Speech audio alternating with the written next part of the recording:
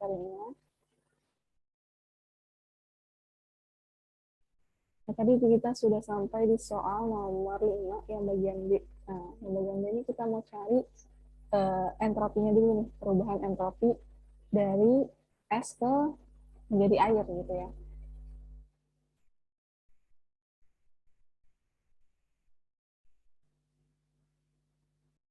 Nah, di sini perubahan entropi itu kalor dibagi suhu. Nah, fase kalor dari es menjadi air adalah ini, kalor beku air dikali masanya, kemudian dibagi suhu gitu.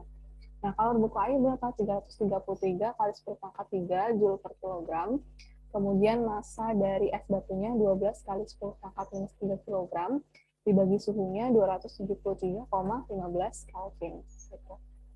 Nah, di sini kita selesaikan yang perkalian dulu. 333 dikali 12, 3.996 Joule ya. Kemudian dibagi 273,15. Ya kan 10 pangkat 3. Nah, kalau 4 pangkat dikali itu ditambah. Jadi habis ya 3 minus 3. Gitu. Tinggal 3.996 Joule di sini. Nah, ini kita bagi dengan 273,15 Kelvin. Hasilnya 14,6 Joule per Kelvin. Ini untuk perubahan entropi dari es menjadi air. Nah, next kita coba lanjut lagi ke bagian yang C. Nah, di sini perhatikan ya, untuk soal nomor 5 gitu.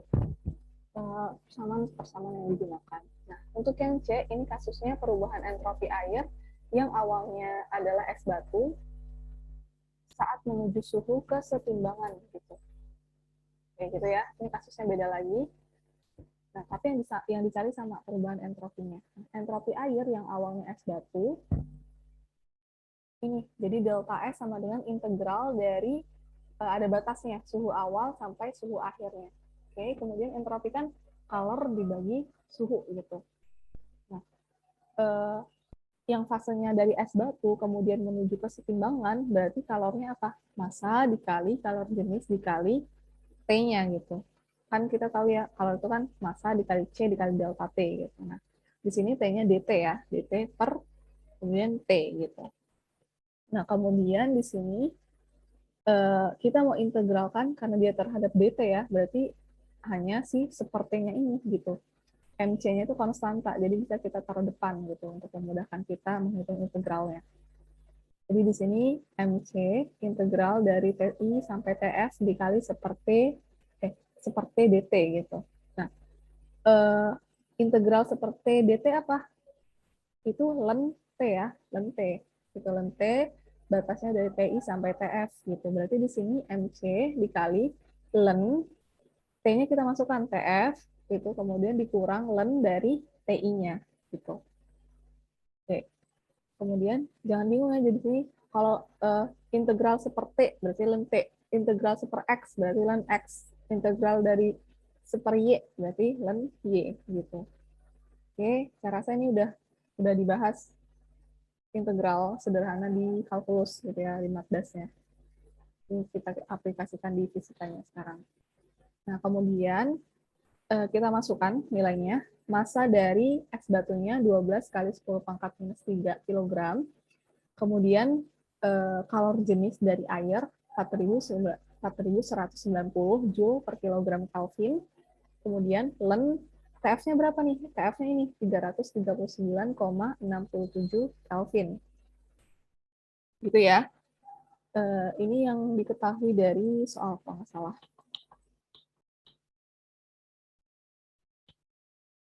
Terus.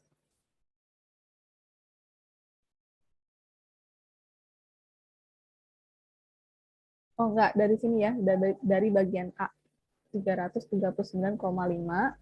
Kemudian yang TI-nya, T inisialnya ya, T awalnya itu berapa nih? 273,15 Kelvin. Ini dari mana? Ini 0 ya, sama dia 0 derajat Celcius. Ini kita ubah ke Kelvin. Jadi 273,15. Nah, kita cari dulu yang bagian ini, len-nya ya. Len 339,67 itu 5,8279. Kemudian dikurang dari len 273,15 itu 5,61. Nah, ini bisa cari nilainya menggunakan kalkulator len ini. Gitu. Kemudian ini kita kurangkan dulu hasilnya 0,2179 dikali 50,28 itu kita dapatkan 10,9 Joule per Kelvin entropinya. Oke, kemudian kita lanjut lagi ke bagian yang D. Nah, sama yang bagian D yang dicari juga perubahan entropi. Tapi kita lihat kasusnya apa. Di sini yang D, perubahan entropi air original saat mendingin ke suhu kesetimbangan. Gitu. Jadi dari fase air, ya air biasa, ke mendingin gitu. Berarti kayak mulai membeku gitu ya. Oke. Nah, di sini entropi air yang mendingin itu ini persamaannya delta S ya. Entropi sama dengan kalor jenis air, kemudian dikali massa, kemudian dikali T-nya, suhunya tadi. Nah, ini dari apa ya? Yang sebelumnya, yang ini ya. Jadi tinggal kita masukkan di sini. Oke. Kemudian kalau jenis airnya 4000 4190 Joule per kilogram Kelvin. Kemudian ini massa dari 12, ini massa dari apa nih tadi? Massa dari es batunya gitu. Massa es pada dia es batu itu 12 kali 10 pangkat minus 3 kg. Kemudian Len TF suhu akhirnya dikurang Len suhu awalnya. Nah, ini bedanya di bagian suhu akhir dan suhu awalnya di sini. Nah, di sini TF-nya kan dari bagian A ya, tetap 339,67 gitu. Dikurang.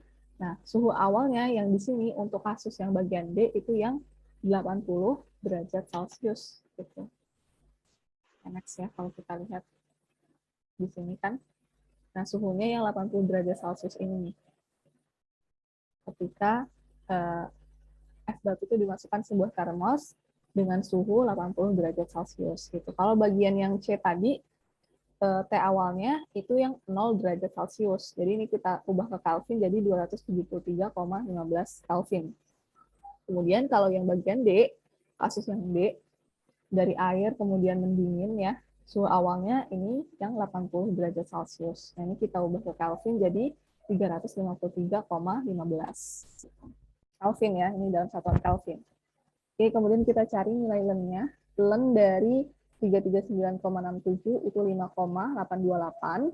Kemudian Len dari 353,15 itu 5,867. Nah, ini kita kurangkan. 5,828 dikurang 5,867 hasilnya minus 0,03889 gitu.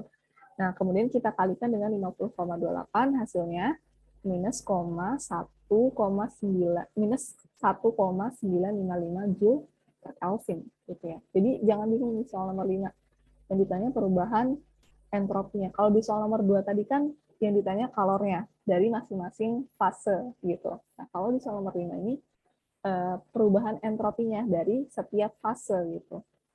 Nah, soal yang di nomor D ini kan kita pakai persamaannya sama. Jadi delta S itu integral dari kalornya dibagi ke suhunya. Oke, kita pecah lagi nih kalornya apa? Massa dikali C, atau kalau jenis airnya dikali T-nya, suhunya. Gitu. Kemudian ini kita integralkan seperti dt, itu Len T gitu ya. Jadi ini kita aplikasiin aja ke bagian yang D. Gitu. Kemudian bedanya di suhu awalnya aja.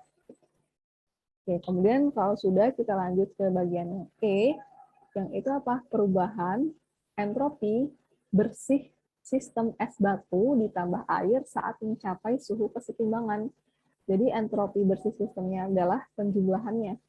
Penjumlahan dari yang bagian yang B tadi ya, 14,6 Joule per Kelvin, kemudian ditambah ini 10,9 Joule per Kelvin bagian C, dan ditambah dengan yang bagian D, minus 1,955 Joule per Kelvin. Oke, gitu ya. Nah, ini kalau kita jumlahkan, dapatlah 23,545 Joule per Kelvin. Gitu.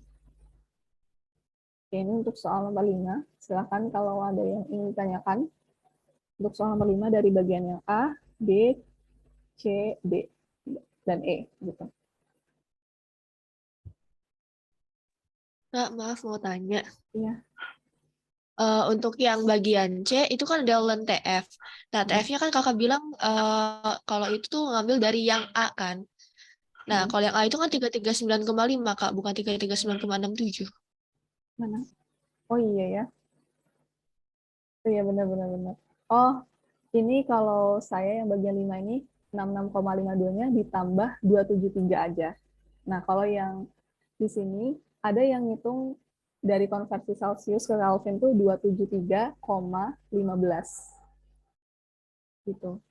Jadi karena ini masih range-nya nggak terlalu jauh ya, masih 339, sekian, jadi nggak apa-apa.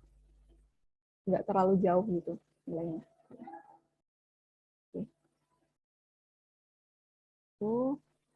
Oke, Nah, Kak. Makasih, Kak. oke. Sip.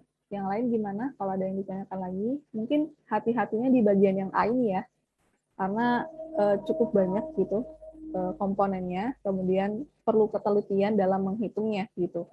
Karena di sini angkanya juga banyak, komponennya juga banyak, dan hati-hati dalam menghitungnya supaya dapat nilai yang benar gitu sih.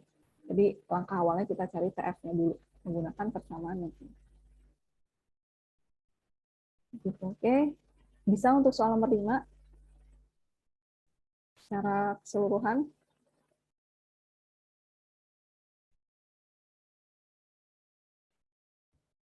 Cukup jelas untuk soal nomor 5. Ya, dijawab dong. Jelas, Kak. Jelas, Kak. Ini jelas ya. Nah, kalau gitu kita lanjut ke bagian yang nomor 6, soal nomor terakhir. Nah, di sini perhatikan sebuah mesin Carnot yang beroperasi antara suhu 235 derajat Celcius dan 115 derajat Celcius. Ini menyerap kalor 6,3 kali 10 pangkat 4 Joule per siklus pada suhu tinggi. Gitu. Oke, kebayang ya, jadi ada mesin Carnot yang beroperasi antara suhu 235 dan 115.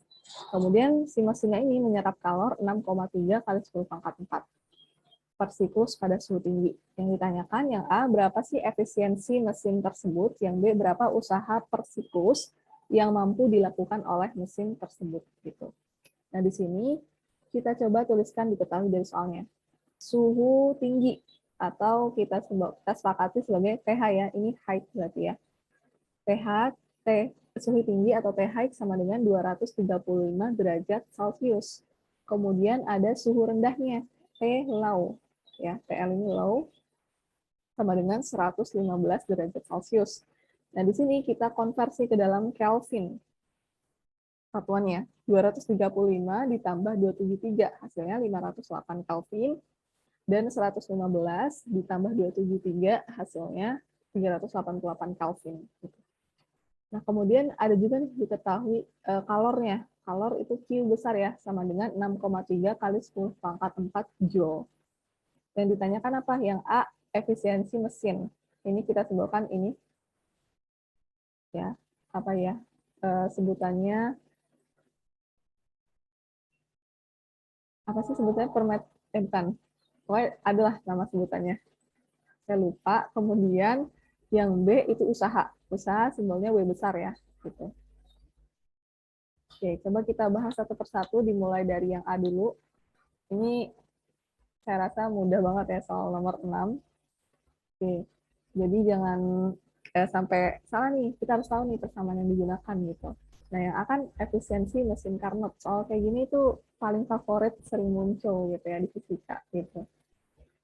Oke, kalau kita lihat balik lagi yang KA, efisiensi mesin Carnot itu sama dengan suhu tinggi dikurang suhu rendah dibagi suhu tingginya gitu. Nah, berarti sini kita masukkan nilainya. Suhu tingginya berapa? 508 Kelvin. Dikurang suhu rendahnya 388 Kelvin. Dibagi dengan suhu rendahnya 508 Kelvin. Gitu. Nah, kita selesaikan dulu yang pengurangan ini. 508 dikurang 388, 120 Kelvin dibagi 508 Kelvin, hasilnya 0,236. Jadi efisiensi mesin Carnotnya sekitar 0,236. Nah, kalau misalnya ditanyakan dalam bentuk persen, berarti tinggal kita kalikan 100% ya. Itu sama dengan 23,6 gitu. Efisiensi mesin Carnot-nya. Oke, kemudian next kita bagian yang B sekarang. Bagian B itu usaha per siklus yang mampu dilakukan oleh mesin Carnot. Gitu. Jadi usaha yang mampu dikerjakan mesin itu efisiensi dari mesin Carnot-nya dikali kalornya, kalor yang dihasilkan oleh mesin Carnot-nya. Gitu. Kalor yang diserap ya. Nah, kalor yang diserap oleh mesin Carnot-nya. Nah, di sini efisiensinya kan udah kita cari di bagian A tadi 0,236, kemudian kalor yang mesin Carnot-nya itu menyerap kalor sebesar 6,3 kali 10 pangkat 4 Joule. Ya, tinggal kita kalikan aja 0,236 dikali 6,3 hasilnya 1,4868 kali 10 pangkat 4 Joule. Atau boleh kita bulatkan ya jadi 1,49 kali 10 pangkat 4 Joule gitu. Ini untuk soal nomor 6. Nah, ini persamaan yang mau kita gunakan untuk mencari usaha. Gitu sih. Oke, mungkin ini untuk soal nomor 6. Silahkan kalau ada yang ingin ditanyakan dari yang bagian A sampai B. Bisa ya untuk soal nomor 6. Tinggal kita aplikasinya jadi persamaan yang sudah ada. Oke, kalau yang lain gimana? Bisa, Kak. Bisa, Pak. Ya, bisa. Dari soal nomor 1, kan udah kita bahas semua nih, ke 6 soal. Ada yang ditanyakan nggak dari soal nomor 1 sampai soal nomor 6? Jadi itu ya untuk termodinamika, itu sebenarnya nggak terlalu sulit, cuman emang banyak persamaannya, gitu, banyak rumusnya. Jadi kita harus tahu nih mana sih persamaan yang nanti akan digunakan untuk menyelesaikan soal yang kita kerjakan. Gitu. Dipelajari lagi ya, diulik-ulik lagi materinya, dipahami konsepnya, gitu, biar nggak kebingung nanti untuk kasusnya, kemudian persamaan yang digunakan. Oke. Sambil menunggu, siapa tahu nanti ada yang mau bertanya, saya ingin menyampaikan beberapa poin ya. Yang pertama, terkait presensi kehadiran, silakan yang teman-teman yang sudah hadir kelas hari ini, bisa mengisi presensi kehadiran, seperti biasa ya, terakhir jam 9 malam, kemudian disiapkan catatannya gitu untuk dikumpulkan saat presensi nanti gitu. Nah, link presensi di deskripsi WhatsApp group. Jangan sampai telat mengumpulkan presensi kehadirannya biar nanti langsung saya rekap gitu ya. Jadi kelihatan nih yang benar-benar ikut kelas gitu ya. Kami dicatat materinya gitu. Kemudian nggak telat saat presentasi gitu. Kemudian yang selanjutnya RBL. Saya ingatkan lagi ya, RBL itu dicicil pengerjaannya terakhir dikumpulin itu tanggal 6 Desember. Gitu. Masih ada waktu nih buat maksimalin ngerjain RBL-nya. Output dari RBL apa? Yang pertama, alat. Prototype alat sederhananya. Jadi saya ingatkan lagi, di sini kalian buat alat gitu ya, buat alat. Nggak mencari fenomena atau apa ya, alat yang udah ada kalian jelasin, nggak gitu. Jadi kalian apa ya, sebagai ilmuwan yang mencoba untuk membuat prototipe alat sederhananya, kemudian diuji coba alatnya gitu. Kemudian yang kedua, output yang kedua itu ada laporan. Nah, laporan dibuat sesuai format laporan RBL. Itu sudah di upload ya di GCR. Jadi isi laporannya itu ada apa? Pendahuluan, teori dasar, terus apa sih? Hasil dan pembahasan, kemudian kesimpulan, daftar isi, dan lain sebagainya, abstrak gitu ya. Nah, nanti dicek lagi isi laporannya, itu apa formatnya, dibuat sesuai format laporannya gitu. Kemudian yang ketiga, video. Jadi video nanti akan diupload di YouTube, dibuat sekreatif mungkin videonya.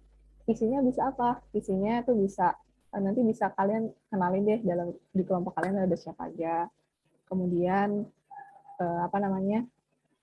Teori dasarnya dulu ya, pendahuluan gitu. Kemudian alat yang kalian buat gitu didemonstrasikan, dicoba gitu. Nah, kemudian dikorelasikan gitu ya, dikorelasikan dengan teori dasarnya. Kemudian Apalagi ya, alat dan bahan yang digunakan, macam-macam deh. Jangan lama-lama videonya, 10 menit lah, 10 menit gitu kurang lebih. Jadi biar nggak terlalu bertele-tele gitu ya videonya, jangan lama-lama juga nggak apa-apa. Ya mungkin mau ditambahin yang lain juga nggak masalah, silahkan sekreatif mungkin itu sih buat videonya. Kemudian oh ya ada logbook gitu, logbooknya jangan lupa diisi, jangan dibuat. Jadi nanti masing-masing kelompok kan ada logbooknya, itu dikerjain, ditulis si ini ngerjain apa, si ini si A ngerjain apa, yang B ngerjain apa, yang C ngerjain apa. Kalau ada dokumentasi foto bisa ditaruh di logbooknya. Itu kan ada keterangan tuh, nah taruh aja fotonya di situ biar bukti kalau kalian udah diskusi tuh dan ngerjain RBL-nya gitu sih. Itu terkait RBL-nya karena RBL ini presentasinya cukup besar untuk komponen nilai mata kuliah fisika dasar, jadi dimaksimalin ngerjain RBL-nya. Ya, mungkin ini. Nah, untuk tutorial kita masih ada satu lagi pertemuan tutorial, pertemuan ke-11, insya Allah di minggu depan, yang Jumat depan. Gitu. Oke, mungkin itu dulu yang perlu disampaikan. Nanti kalau ada yang ditanyakan, bisa kita ditanyakan di grup WhatsApp ya. Gitu. Oke, seperti biasa, sebelum ditutup, kita dokumentasi sebentar. Silakan teman-teman bisa dinyalakan kameranya.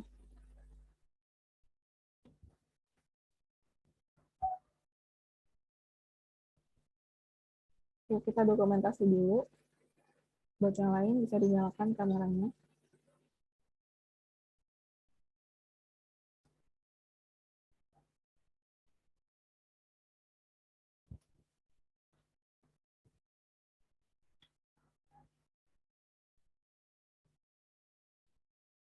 Ini masih banyak nih yang belum nyalain kameranya.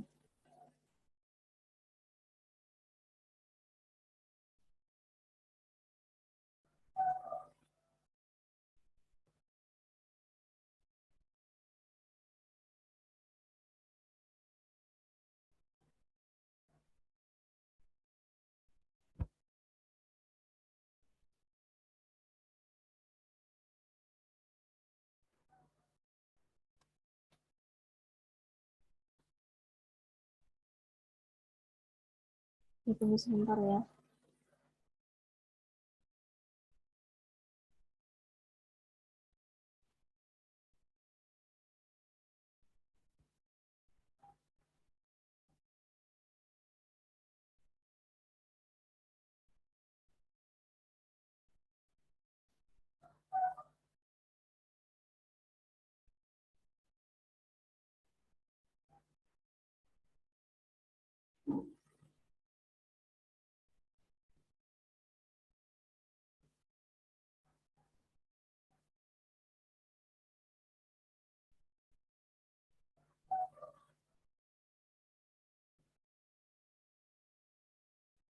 Oke, ini udah oke, ada 3 slide, jadi nanti kita ada 3 kali pengambilan gambar ya. Jadi untuk slide yang pertama, ya, 1, 2, 3.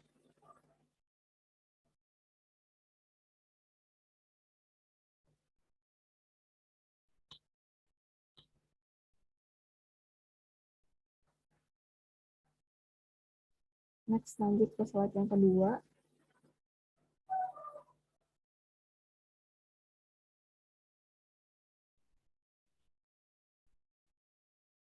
Tunggu sebentar ya. Tempatnya wifi-nya masih nggak stabil, jadi belum muncul gambarnya.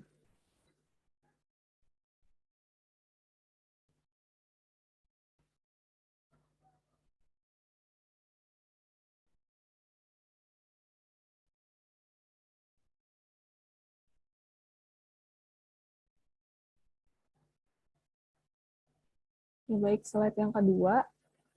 1, 2, 3.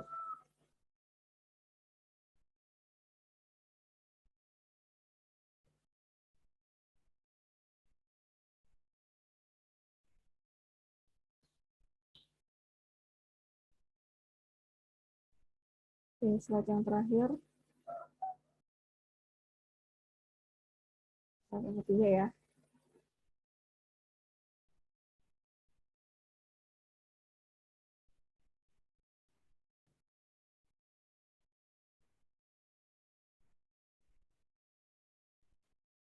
1, 2, 3. Mungkin ini untuk pertemuan tutorial hari ini. Sebelum ditutup, ada yang ingin ditanyakan atau disampaikan? Atau cukup?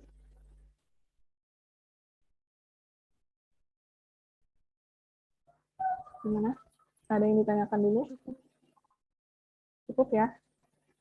Oke. Untuk cukup jelas. Jadi saya ingatkan lagi, RBL dicicil pengerjaannya, kemudian kan ini kelompok ya. Jadi masalah klasik gitu. Ada kalau kelompok pasti ada yang alasannya nggak ngerjain lah, cuma beberapa orang yang ngerjain lah. Nah makanya ada logbook di situ. Jadi logbook, jadi diisi sesuai kejujuran yang dikerjakan di setiap masing-masing anggota gitu ya. Itu ngerjain apa aja gitu. Jangan kalian ngedumel di belakang gitu ya sendiri gitu. Jadi di sini kerja sama tim diperlukan gitu. Jadi supaya hasil RBL-nya maksimal gitu sih. Mungkin itu dulu beberapa poin yang perlu diperhatikan ya. Jadi oke, minggu depan masih ada satu pertemuan tutorial lagi terakhir sebelum UAS dan kuis 2 gitu. Insya Allah di hari Jumat pekan depan. Oke, mungkin sekian dulu untuk tutorial hari ini. Semoga yang sedikit tadi dapat bermanfaat. Apabila ada salah kata, saya mohon maaf. Saya akhiri. Wassalamualaikum warahmatullahi wabarakatuh. Selamat pagi semuanya. Selamat menjalankan aktivitas selanjutnya. Waalaikumsalam warahmatullahi wabarakatuh. Terima kasih, Kak. Pagi, Kak. Terima kasih, Kak. Terima kasih, Kak. Terima kasih, Kak.